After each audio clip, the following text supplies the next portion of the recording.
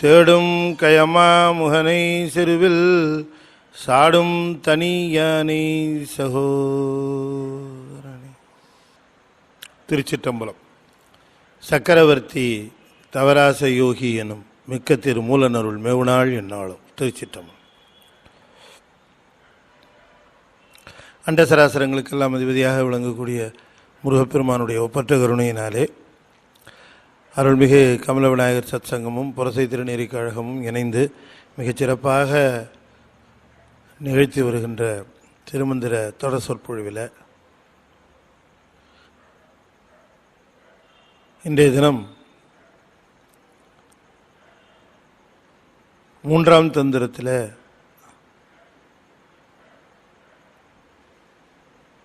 அட்டாங்க யோகத்திலே தியானம் பற்றி மேலும் 1-2 பாடல்களை சிந்திப்பதற்கு திருவருள் கூட்டியிருக்கிறது.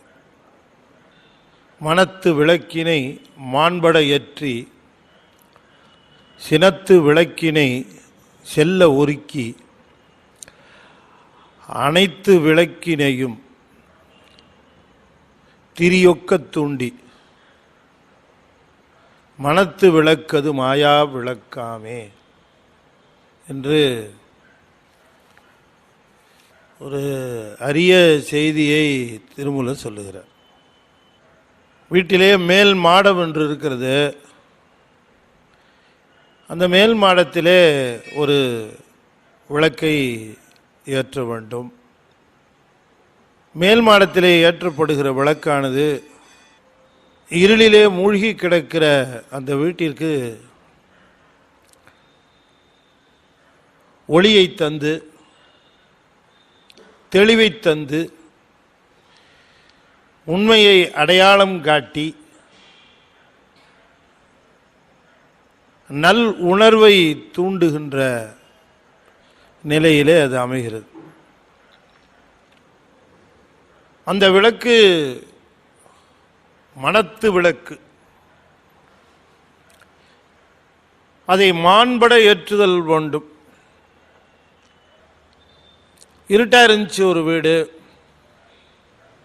என்னப்பா இருளா இருக்கிறதே, விளக்கு ஒளி இல்லையே.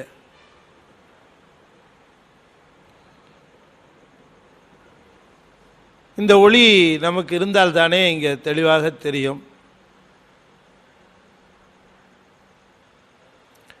அப்படின்னு சொன்ன உடனேயே அவன் என்ன பண்ணான், அவ்வளோதானே, உங்களுக்கு வெளிச்சம் வேணும். அங்கே கூரை மேலே போட்டிருந்த கழியெல்லாம் இருந்ததில்ல, அதை பற்ற வச்சுட்டான். நெருப்பு பந்தத்தை தூக்கி அந்த கழி போட்டு தானே அது மேலே ஓடோ அல்லது கூரையோ வந்துடுவாங்க. அந்த கழியை பற்ற வச்சுட்டான். வீடு என்ன ஆகும்? வெளிச்சம் தானே வேணும். இப்போ ஏகப்பட்ட வெளிச்சம். இந்த வீட்டுக்கு மட்டும் இல்லை, பக்கத்து வீட்டுக்கு சேர்த்து வெளிச்சம். என்னடா பண்ணா வீட்டை என்ன பண்ணா? எரிஞ்சு கொளுத்தி விட்டான். வீட்டிலே ஒரு நெருப்பு ஒளியாக இருந்து துணை செய்கிறது. ஆனால் ஒரு நெருப்பு வீட்டையே அழித்து விடுகிறது. அப்ப எது விளக்கு வீட்டிற்கு விளக்கம் செய்யும், எது வீட்டை அழித்தல் செய்யும் என்று தெரிந்து கொள்ள வேண்டும் அல்லவா? எந்த உணர்வுக்கு நாம் இடம் தர வேண்டும், எந்த உணர்வுக்கு நாம் இடம் தரக்கூடாது. இறைவன்பால் காட்டுகிற அன்பு என்கிற உணர்வை தூண்டினால் விளக்காகவும், சினம் என்கிற உணர்வை தூண்டினால் உடம்பை எரிக்கின்ற நெருப்பாகவும் அல்லவா விளங்குகிறதுன்னு கேட்டார். ரொம்ப அற்புதமாக சாமி சொல்றாங்க. மனமெனும் விளக்கை மாண்படையற்றி சினமெனும் விளக்கை செல்ல எருக்கி. இதுவும் நெருப்பு தான், அதுவும் நெருப்பு தான். இதுவும் உணர்வு தான், அதுவும் உணர்வு தான். ஒரு உணர்வு உடம்பை உத்தமமாக்குகிறது, ஒரு உணர்வு உடம்பை அழித்து விடுகிறது.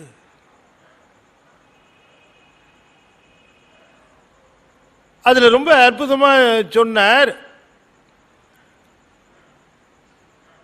அந்த விளக்கை ஏத்துறதும் சரி, இந்த நெருப்பை பற்ற வைக்கிறதும் சரி, ஒரே நெருப்பு குச்சி தான், ஒரு நெருப்பு குச்சி தான். அதுதான் அதையும் ஏத்துது, இதையும் ஏத்துது. அதுபோல ஒரே நெருப்பு குச்சியாக இருப்பது மனம். இந்த மனத்திலே அந்த விளக்கு போட்டா இந்த உடம்பு முழுக்க ஒளிமயம் ஆகிறது. அந்த விளக்கு, அந்த நெருப்பை பற்ற வச்சா உடம்பு முழுக்க எரிஞ்சு போகுது. மறுநாள் போய் சொம்புல வாங்கிட்டு வரணும், எடுத்து வச்சிருப்பான், இல்லாட்டி நம்மளே பொறுக்கி எடுக்கணும். என்னது எரிச்சப்புறம் என்ன இருக்கும் காட்டில் இல்லையா? கொண்டு வந்து எதில் கரைக்கணும்? என்ன கங்கையா இருக்கு கரைக்க?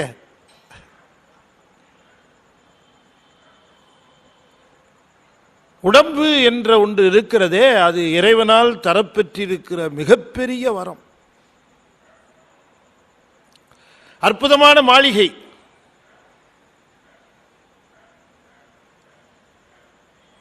உடம்பினுடைய அந்த அற்புதத்தையும் தன்மையையும் அறிந்தவர்கள்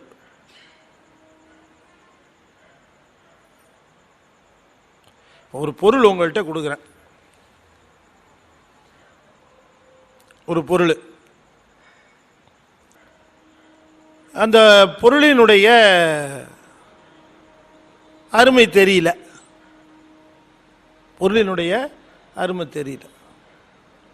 நான் சொல்கிறேனே, ஒரு சின்னதாக அழகாக ஒரு கேலண்டர், ஒரு அழகாக ஒரு கேலண்டர் அப்படி இருக்குது, ஸ்கொயராக இருக்குது, ஒரு பொருளோட அருமை. அதை கொடுத்தோம், வாங்கினார், பார்த்தார், எத்தனையோ கேலண்டர், இதுவும் ஒன்று, தூர போட்டார்.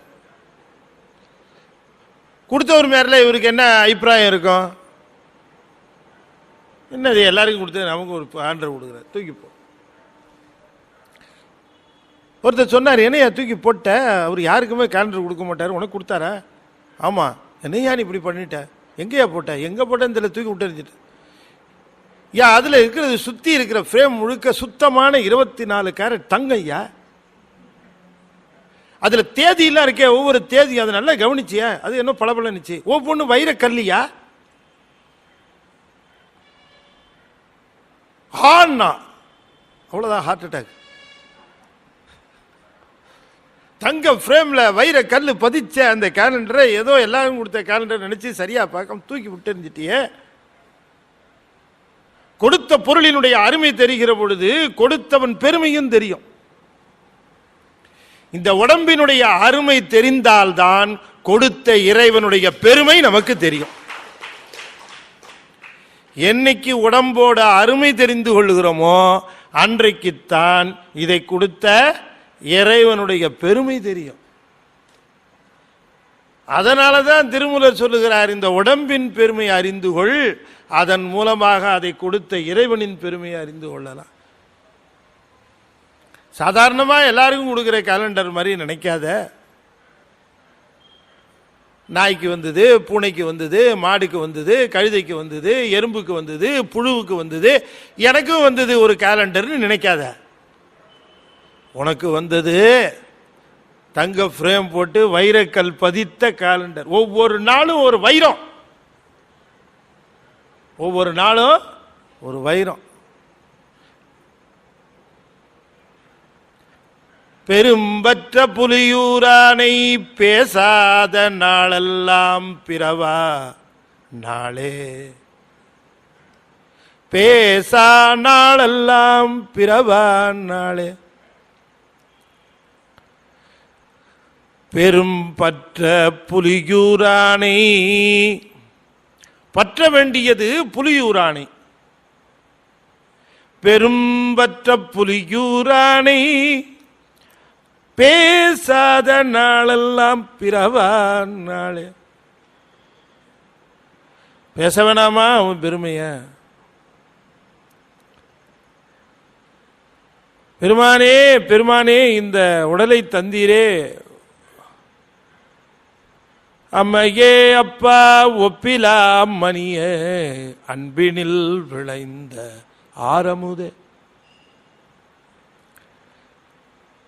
அம்மையே அப்பா ஒப்பிலா மணியே அன்பினில் விளைந்த ஆரமுதே, பொய்மையே பெருக்கி பொழுதினை சுருக்கும் புழுத்தலை புலையனேன் தனக்கு, செம்மையே ஆய சிவபதம் அளித்த செல்வமே சிவபெருமானே, இம்மையே உன்னை சிக்கன பிடித்தேன். இப்பயே பிடிச்சிடணும் இந்த உடம்பு கொடுத்துருக்கிற பொழுது. எப்ப பிடிக்கிறது? சாமி சொல்றாரு, இந்த பிறவி வந்திருக்குது, இந்த உடம்பு வந்திருக்குது, பேசுறதுக்கு நாக்கு கொடுத்துருக்கான், கேட்கறதுக்கு காது கொடுத்துருக்கான். இந்த பிறவியில பிடிக்காம எந்த பிறவியில போய் பிடிக்கிறது? தப்பி தவறி கழுதியா போட்டிருந்தான்னு வச்சுக்கோங்க, அந்த கேட்டில் நுழைய முடியுமா? சரவண 2 ஆளை விட்டு வரட்டுப்பா, என்னப்பா அது கழுத வருது உள்ள வர முடியுமா? மனுஷனா இருக்கவங்க தானே உள்ள விடுறாங்க. எவ்வளவு உயர்ந்த பிறவி! இந்த பிறவி எடுத்ததுக்கு அப்புறம் அவனை நினைக்கலன்னா அப்புறம் எந்த பிறவி எடுத்து நினைக்க போறோம்? செம்மையே ஆய சிவபதம் அளித்த செல்வமே செல்வமே செல்வமே, அதுதான் செல்வம். வேற எதையோ செல்வம்னு தேடி தேடி நாளும் போயிட்டே இருக்க. நாளாய போகாமே நஞ்சனியும் கண்டனுக்கே, ஆளாய அன்பு செய்வோம், ஆளாய் அன்பு செய்வோம்ங்கிறார்.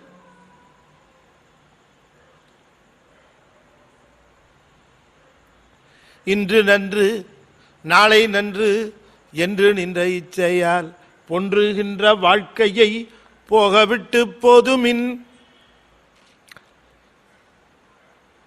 மெசேஜ் வந்திருக்குது. இன்னைக்கு பிரதோஷம், கோயில்ல சிறப்பான வழிபாடு. சரி, அடுத்த பிரதோஷம் பார்த்துக்கலாம், நீ கொஞ்சம் பிஸியா இருக்கு. இன்று நன்று நாளை நன்று என்று நின்ற இச்சையால் அப்புறம் பார்த்துக்கலாம் அப்புறம் பார்த்துக்கலாம் தள்ளாத. நீ அப்புறமா பார்க்கறதுக்கு நாம இருக்கிறோமோ அது இருக்கோ எது இருக்குன்னு தெரியாது. எண்ணிய உடனேயே இறைவனுடைய திருவருளை அடைவதற்கான முயற்சியை செய்யணும். அப்பர் சுவாமி நடுங்கிறார். சுவாமி உன்னை நினைக்காம போயிட்டனே நினைக்காம போயிட்டனே நினைக்காம போயிட்டனே நினைக்காம போயிட்டேன். வேற எங்கேயாவது பிறந்து நினைக்காம இருந்தா கூட கவலை இல்லை. ஏதோ ஒரு ஆப்பிரிக்காவிலேயோ எங்கேயோ பிறந்துட்டோம். இந்தோனேஷியாவில் பிறந்தாச்சு, எங்கேயோ பிறந்தாச்சு, சரி நினைக்கிறதுக்கு வாய்ப்பு இல்லை. அமேசான் காட்டில் பிறந்தாச்சு, சரி வாய்ப்பு இல்லை. அங்கே பிறந்தாச்சு, வாய்ப்பு இல்லை. ஐயா தமிழ்நாட்டில் பிறந்தாச்சு, சென்னை மாநகரில் பிறந்தாச்சு, கமல விநாயகர் சத்சங்கம் கோயிலுக்கு பக்கத்திலேயே இருந்தாச்சு. இங்கே இருக்கிற திருமந்திரத்துக்கும் வழிபாட்டுக்கும் வந்து கலந்துக்க முடியலன்னா அதை விட பெரிய அவஸ்தை என்ன இருக்கு? வந்துதானே சேரணும். வம்மீன் உலகியலீர் பொய் புகழேன் சத்தியம் சொல்கின்றேன் புகுந்தருணம் இதுவே இதுவே இதுவே. வள்ளற் பெருமான் சொல்லுகிறார், புகும் தருணம் இதுவே பொய் புகழேன் சத்தியம் சொல்கின்றேன். சாமி சொல்றாங்க, சத்தியமா சொல்றேன் ஐயா, இந்த பிறவி இன்னொரு தடவை வருமானு தெரியாதியா, இந்த பிறப்பு வந்துருச்சியா, இந்த பிறப்பு மானிட பிறப்பு வந்தவுடனே எம்பெருமானையும் நினையாமலும் அவனை போற்றாமலும் அவனை அறிந்து கொள்ள முயலாமலும் இருந்தா என்னது? புகுந்தருணம் இதுவே, புகுந்தருணம் வம்மீன் உலகியலீர், வாங்க வாங்க என்று கூப்பிடுகிறார். ஞானிகள் எல்லாம் இந்த பிறப்பையினுடைய பெருமையை சொல்லுகிறார். அதான் நம்முடைய சுவாமி சொல்றார், மனத்து விளக்கை மாண்படையற்றி சினத்து விளக்கை செல்ல எருக்கி. அது இது நெருப்பு, அது வீட்டை கொளுத்திடும், அது வேண்டாம். அனைத்து விளக்கினையும் திரியொக்கத் துண்டி.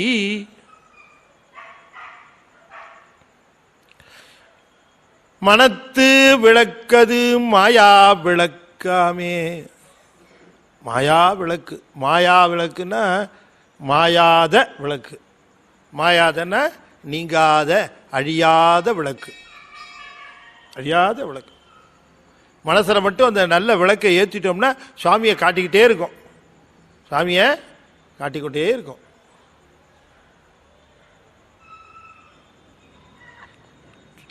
சினத்து விளக்கை செல்ல எருக்கி. சினத்து விளக்கு அதுதான் நெருப்பு. விளக்குன்னு சொன்னாலும் கூட அந்த இடத்துல விளக்கிற்கு உரிய நெருப்பைத்தான் அது குறிக்குது. சினத்து விளக்கை செல்ல எருக்கி. எருக்குதல்னா நீக்கி, தள்ளி, அழித்து, போக்கி அப்படின்னு அர்த்தம்.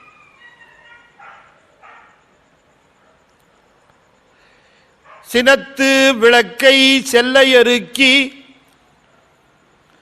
அனைத்து விளக்கையும் ஒக்கத்தூண்டி, திரி ஒக்கத்தூண்டி. ரொம்ப அற்புதமா சொன்ன. மேல மாடத்தில் ஒரு விளக்கை ஏற்றியாச்சு, கீழ்ப்பக்கம் சின்ன சின்ன விளக்குங்க இருக்கான். அந்த விளக்குகளை எல்லாம் ஏற்றிடணும். இந்த சின்ன விளக்குகளை எல்லாம் கீழ்ப்பக்கம் ஏற்றி விட்டு, மேலே ஏற்றின விளக்கு மேலே எரியுது, கீழே ஏற்றின விளக்குகள் கீழே இருளை நீக்குகிறது. விளக்கை ஏற்ற வேண்டுமே தவிர நெருப்பை வைக்கக்கூடாது. விளக்கை ஏற்று. நீ விளக்கை ஏற்றிட்டேன்னா நெருப்பு வைக்க வேண்டிய அவசியம் இல்லை. நீ விளக்கை ஏற்றலைன்னா நெருப்பு வச்சிடணும். இந்த கீழே இருக்கிற விளக்குகள்ல என்ன விளக்கு? அனைத்து விளக்கையும் திரி ஒக்க தூண்டினர். அனைத்து விளக்குகள். மனத்து விளக்கை மாண்பட ஏற்றி உள்ளத்தாமரையிலே அற்புதமாக விளங்கக்கூடிய பெருமானை யோகத்தினாலே அறிந்து, அதான் விளக்க ஏற்றுதல். கீழே இருக்கக்கூடிய இயமம் நியமம் என்று சொல்லக்கூடியவற்றை விடாமல், அதுதான் ரொம்ப முக்கியம். ஏன்னா இப்ப தியானம்ல பார்க்கிறோம், தியானத்திற்கு வந்த பிறகு, அந்த மேல்நிலைக்கு வந்த பிறகு கீழ்நிலையிலே இருக்கிறவற்றை விட்டுவிடக்கூடாது. நாம தான் இதுக்கு வந்துட்டோமே, பிரத்யாகாரம் வந்துட்டோம், தாரணை வந்துட்டோம், இப்போ தியானம் வந்தாச்சு, 7வது ஸ்டேஜ் வந்தாச்சு. இயமோ நியமோ ஆசனம் பிராணாயாமம் பிரத்யாகாரம் தாரணை தாண்டி வந்தாச்சு. இப்போ எங்கே இருக்கிறோம்? தியானத்தில் இருக்கிறோம். என்ன இருந்தாலும் தியானத்தில் இருக்கிற பொழுது அது ஒரு பெரிய உயர்ந்த நிலை தானே. தியானத்துக்கு வந்தாச்சு இல்லை, இனிமே ஒன்றும் வேண்டியதில்லை. போலீஸ்காரருக்கு தெரிஞ்சு போச்சுல நமக்கு ரொம்ப வேண்டியவர்னு, உண்மையை பற்றி கவலைப்படக்கூடாது. எப்போ கேட்டாலும் ஒரு அவர் பேரை சொல்லிக்கலாம். எனக்கு கமிஷனர் தெரியும், எனக்கு ஐஜியை தெரியும், அவர் நமக்கு நண்பர் ஆயிட்டாரே. ஒத்துக்குவாங்களா? சொல்லலாமா அது மாதிரி? எந்த நிலைக்கு போனாலும் யோகத்தில் கீழ்நிலையை விடக்கூடாது, இயமத்தையோ நியமத்தையோ விடக்கூடாது, ஒழுக்கம் குன்றக்கூடாது. கீழ்மையான செயல்களில் மனம் ஈடுபட ஆரம்பிச்சதுன்னா எவ்வளோ உயர்ந்த நிலையில் இருந்தாலும் கூட அது நல்ல பலனை தராது. ரொம்ப அற்புதமாக ஒரு பால் பாயசம் தயார் பண்ணாங்க. நல்ல 3 லிட்டர் பாலை ஒரு 1/2 லிட்டராக குறுக்கி அது கொதிச்சுக்கிட்டே இருக்கும்போது பாசுமதி ரைஸை கொஞ்சம் அப்படி போட்டு அப்படியே பாதி பதம் வேகிற நேரத்தில் மில்க்கு மெய்டு டின்னை உடைச்சி அதில் அப்படியே ஊற்றி ஒரு கலக்கி அப்படியே பொங்கி வர நேரத்தில் நல்ல புத்துருக்கு நெய்யில் கம கம கமன்னு அடுத்த தெருவுக்கு வாசனை வீசுது, நெய் வாசனை. அங்கே போய் மூக்க குடையுது. எவனோ நெய்யை இப்படி போட்டு தாளிக்கிறான். அப்படிப்பட்ட நெய்யில் நல்லா முந்திரி பருப்பை வெள்ளையாகவும் இருக்கக்கூடாது, சிவப்பாகவும் இருக்கக்கூடாது, கருப்பாகவும் இருக்கக்கூடாது, எல்லாம் கலந்த ஒரு கலர் வரும். அப்படி வறுத்து வர நேரத்தில் அந்த தேங்காய் துருவலை எடுத்து லேசாக அப்படி போட்டு, தேங்காய் துருவல் நெய்யில் நனைஞ்சுதா இல்லையான்னு தெரியறதுக்கு முன்னாடியே ஒரே அள்ளி கொதிச்சுக்கிட்டு இருக்கிற அதில் போட்டு ஒரு கிளறி இவ்வளவு பக்குவம் தேவையாங்கிறீங்களா? பால் பாயசம், அற்புதமான பால் பாயசம். தேர்ந்து அந்த அற்புதமான சுவையை, நல்ல சுவையை சுவைக்கின்ற பொழுது அந்த சுவை மனசில் நிற்கிற பொழுது பொருள்கள் மறந்து போகும். என்னென்னவோ சேர்த்தோம், எதோ பக்குவம் சொன்னோம், என்னென்னவோ அதில் விவரம் சொன்னோம். இவ்வளவும் என்னங்க எப்படி இருந்தது பால் பாயசம்? சூப்பர், முடிஞ்சு போச்சு. ஒரே வார்த்தை தானே, எல்லாத்தையும் அனுபவத்தெல்லாம் சொல்லிடுச்சு இல்லை, அவ்வளோதான், முடிஞ்சு போச்சு. ஆனால் இத்தனை விஷயம் அதில் சேர்க்க வேண்டி இருந்தது இந்த சூப்பரை வாங்கிறதுக்கு. கொஞ்சம் எங்கேயாவது பதம் தப்புச்சுன்னா டூப்பர் அப்படின்ட்டு போயிடுவோம். பால் பாயசம் மாதிரி இருந்தது. ஒவ்வொரு கருவி கரணம் இருக்கிறதே அதுதான் சின்ன சின்ன விளக்குகளாம். இந்த கீழே இருக்க விளக்குகள் உயர்ந்த விளக்கை மாடத்திலே ஏற்றிய பிறகு கீழே இருக்கிற கருவி கரணங்கள், உடம்பில் இருக்கிற கருவி கரணங்கள் அத்தனையும் தூய்மையா இருக்கும். பேரானந்தத்தை அனுபவிப்பதற்கு எல்லாமே சரியா இருக்கணும். அப்ப கருவிகரணங்களுடைய ஒழுக்கமும் தேவை. மனம் நிலை பெற்று நின்ற பிறகு கருவிகரணம், அந்த கீழே இருக்கிற விளக்குகள் எல்லாம் திரி ஒக்க தூண்டினர். திரி ஒக்க தூண்டி என்று சொன்னால் இந்த விளக்குகள் முழுவதும் ஒன்று போல ஒரு நோக்கத்திலே செல்லுதல். கண்ணு, காது, மூக்கு, நாக்கு என்று சொல்லக்கூடிய மெய் என்று சொல்லக்கூடிய இந்த கரணங்கள் எல்லாம் ஒரு பொருளினுடைய இன்பத்தை அனுபவிப்பதற்காகவே ஒன்று போல ஒக்க தூண்டினர்.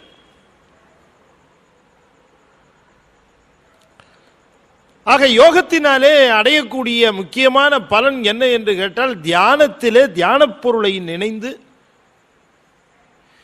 இந்த தியான பொருளாக இருக்கக்கூடிய சிவானந்தத்திலே மனம் லயிப்பதற்காக மனம் என்ற அந்த அற்புதமான கருவியை கொண்டு ஒளிமிக்க விளக்கை இந்த மாடத்திலே ஏற்ற வேண்டும். இந்த விளக்கை ஏற்றி இதில் என்ன அப்படின்னு கேட்டா, தியானத்தினுடைய ஒரு முக்கியமான குறிப்பை சொல்லுகிறார்.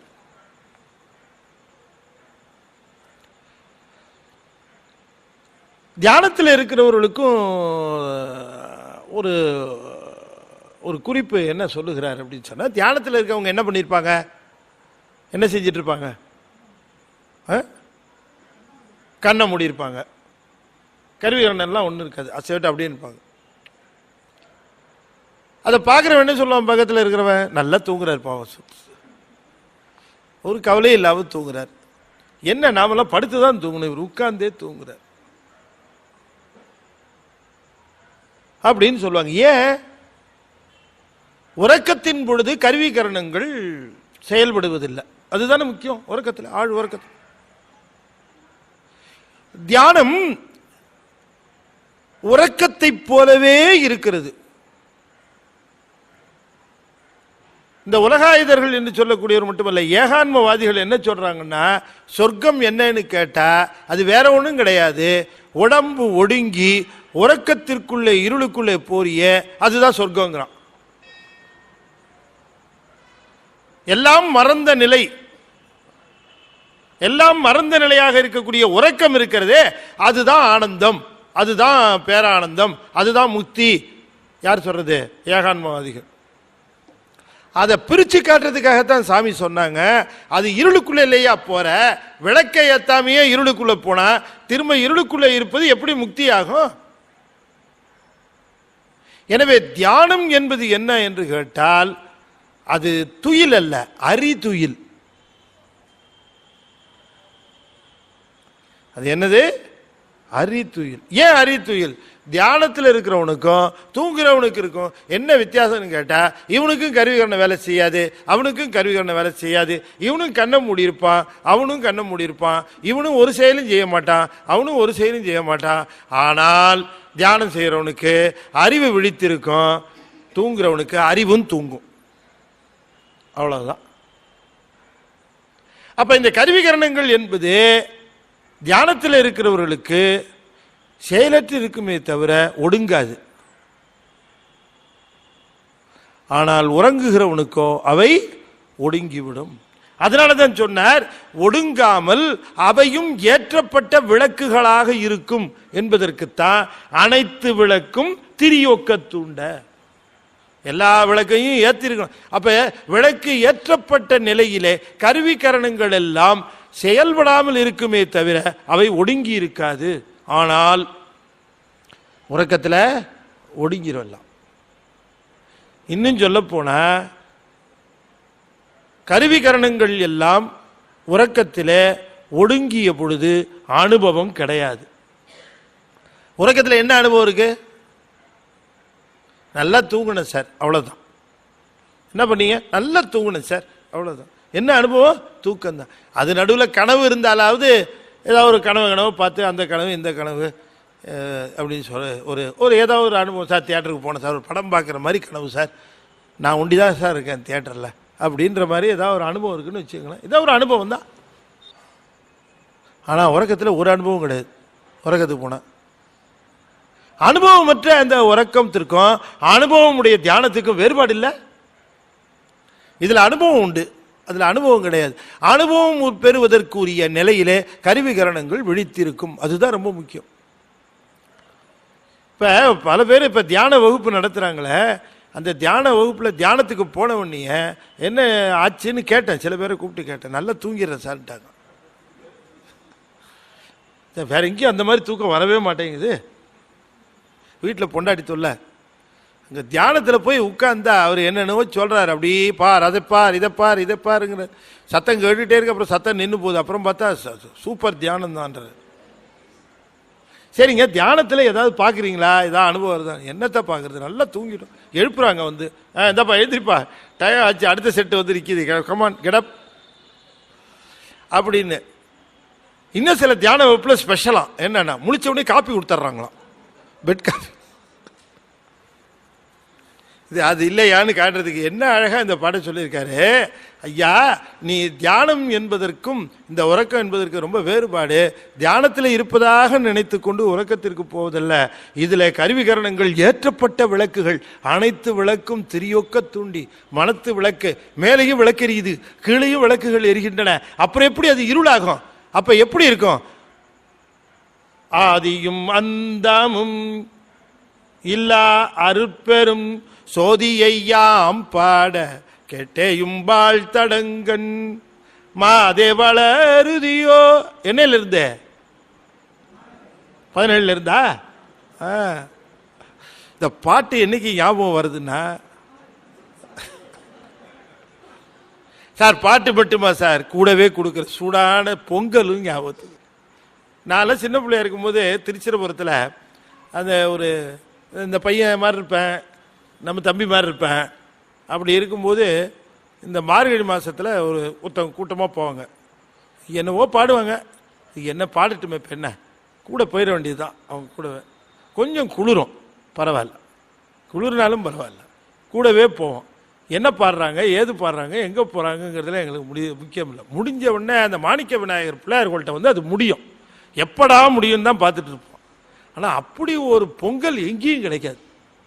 சுட சுட எடுத்து அப்படியே போட்டு, அது ஏதோ ஒரு புண்ணியமாக இவங்கெல்லாம் வந்து பாடிட்டு வராங்க, இவங்களுக்கு நல்லபடியாக கொடுக்கணும் அப்படின்ட்டு ஒரு புண்ணியமாக. அந்த காலத்துல எல்லாம் இந்த மாதிரி சாப்பாடு வீட்டு சாப்பாடை விட நல்லாயிருக்கும். இந்த மாதிரி பொங்கல் இந்த மாதிரி என்ன அடியார்கள் கோயிலில் கொடுக்குற பிரசாதத்தில் பாதிக்கு மேலே கல் இல்லாத பிரசாதமே கிடையாது. சில கோயில்களெல்லாம் கொடுத்தா அது ஒரு நல்ல ஒழுங்காக அது செய்து அடியார்கள் சாப்பிட்றதாச்சே, கல் நீக்கி அரிசியை பதப்படுத்தி நெல்லையெல்லாம் எடுத்து அதை நல்லா அவங்க சாப்பிட்றது அப்படி இருக்கும் அந்த பொங்கல். இந்த பொங்கலுக்காகவே கூட போவோம். அப்போ எல்லாம் என்ன பாடணும்னு எனக்கு உண்மையிலே அப்போ தெரியாது, இப்போ தான் தெரியுது. எல்லாம் திருவம்பாவை பாட்டை பாடிட்டு போயிருக்காங்க. சரி, எப்போவோ சுற்றி வந்து சுண்டலை சாப்பிட்டு பொங்கலை சாப்பிட்டதுக்கு எத்தனையோ வருஷம் கழிச்சு இப்போ புரிய வச்சிருக்கிறார் இந்த பாட்டை. சரி, புரியாமல் படித்தது ஒரு காலம், புரிஞ்சு படி இப்போ அப்படின்னு கொடுத்துருக்கிறார். ஆக புரியுதோ புரியலையோ ஆரம்பிச்சிடணும்னு தெரிஞ்சு போச்சு. அப்படி அந்த பொங்கலுக்காகத்தான் போகிறது. சரி, இதில் சொல்றார் ஆதியும் அந்தமும் இல்லா அரும்பெரும் சோதியை யாம் பாடனர்.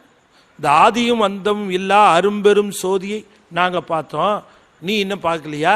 நேற்று ராத்திரி இப்படி பேசுனிய, நீ வந்து எங்களையெல்லாம் எழுப்புவேன்னு சொன்னிய, இன்னைக்கு நான் வந்து எழுப்பும்போது கூட இன்னும் நீ படுக்கை விட்டு எழுந்திருக்கலையே, போதார மொழி, இன்னும் உனக்கு என்ன விடியலையா? உனக்கு நீ இப்படி பண்ணுறது நல்லா இருக்கா என்றெல்லாம் கேட்பது போல அந்த பாடல்கள். அது உண்மையில என்ன பொருள்?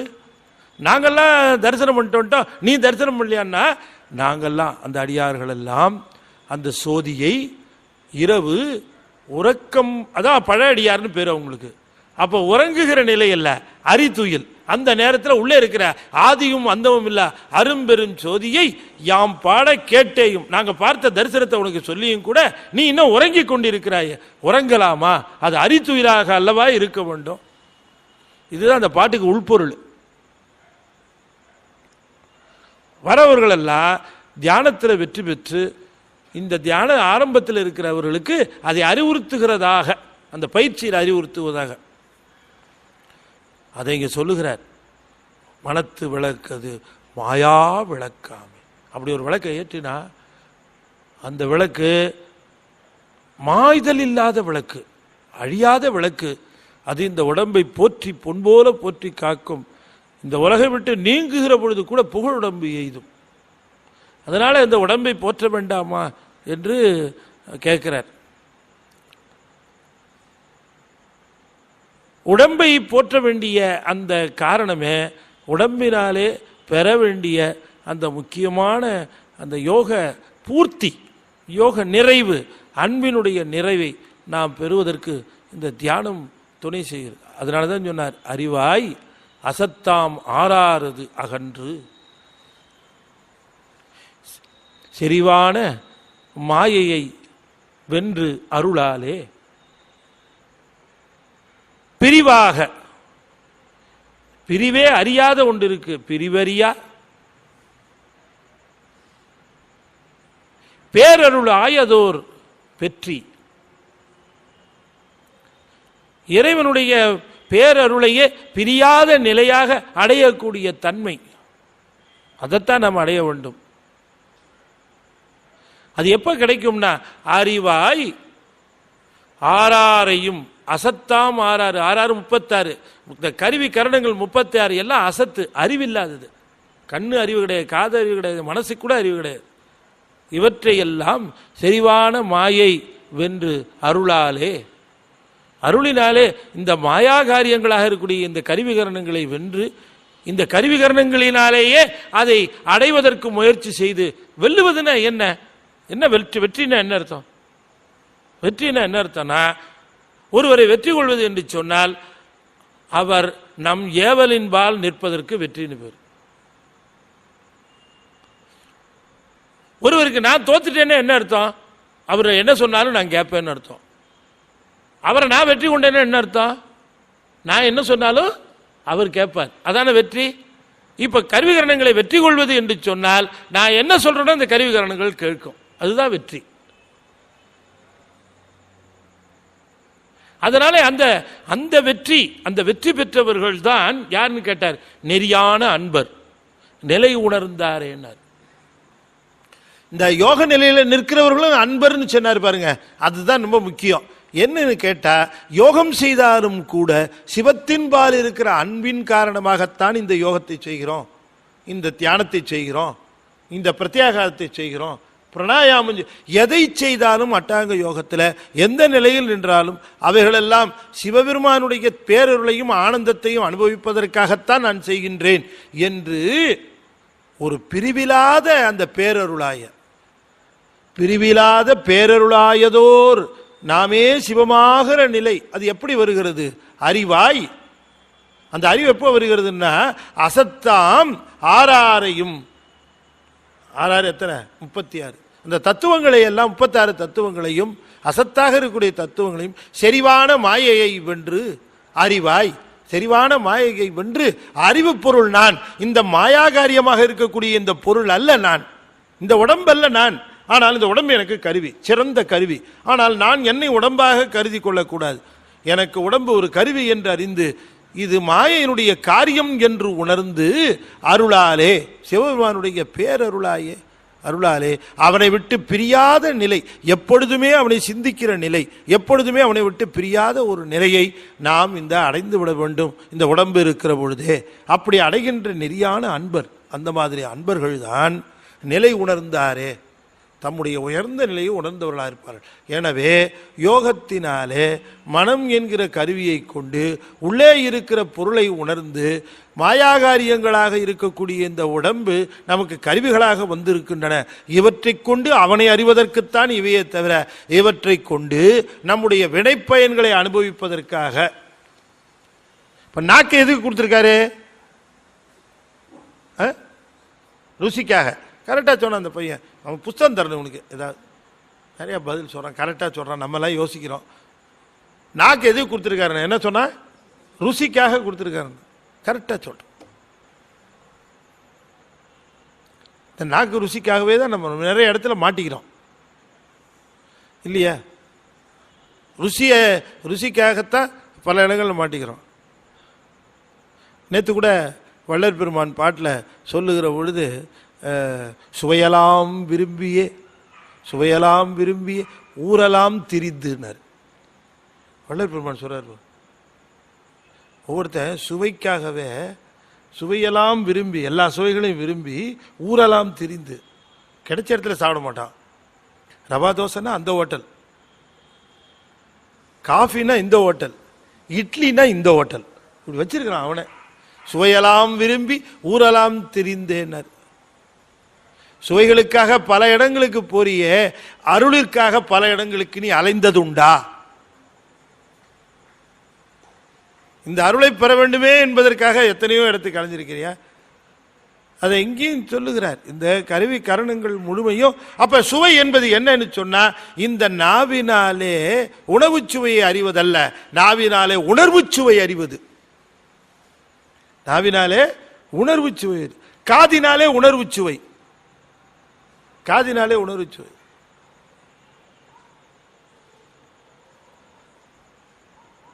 இப்போ என் பேர் உங்களுக்கு தெரியும், சிவகுமார்னு தெரியும்.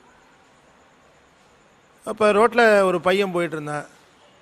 என்ன சிவகுமார் இன்னைக்கு சொற்பொழிவா உனக்கு அப்படின்னு கேட்டான்னு வச்சுக்குவோம். உதாரணம் சொல்கிறேன், கேட்க மாட்டான் யாரும். கேட்டான், சிவகுமார் சொற்பொழிவா இன்னைக்கு உனக்கு நான் வச்சுக்க. நமக்கு எப்படி இருக்கும்?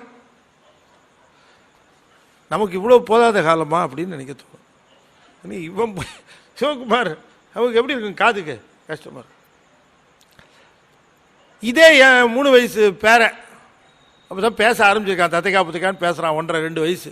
ஏய் சிவகுமார் அப்படின்னு கூப்பிட்றான்னு வச்சுக்கோ. அந்த குழந்தை எப்படி இருக்கும் நமக்கு? ஐயோ அப்பா தேனாய் நிற்கும். என் பேரை சொல்லி கூப்பிட்றான், என் பேரை விட்டு கூப்பிட்றான், வருது இல்லை? அப்போ காது ஒலிகளை கேட்கிற பொழுது அதுவே பேதம் பார்த்து உணர்வை அனுபவிக்கிறது. நாக்கு அப்படித்தானே சுவையை அறிந்து கொண்டு இருக்கு. நாக்கு இதுக்கு சுவை தானே தெரியும்னு சொன்னோம், ருசிக்காக இருக்கு நாக்கு. நாக்குக்கு அப்ப அந்த பெயர் சொல்லும் போது ஒரு இன்பம் வருது. எப்படி?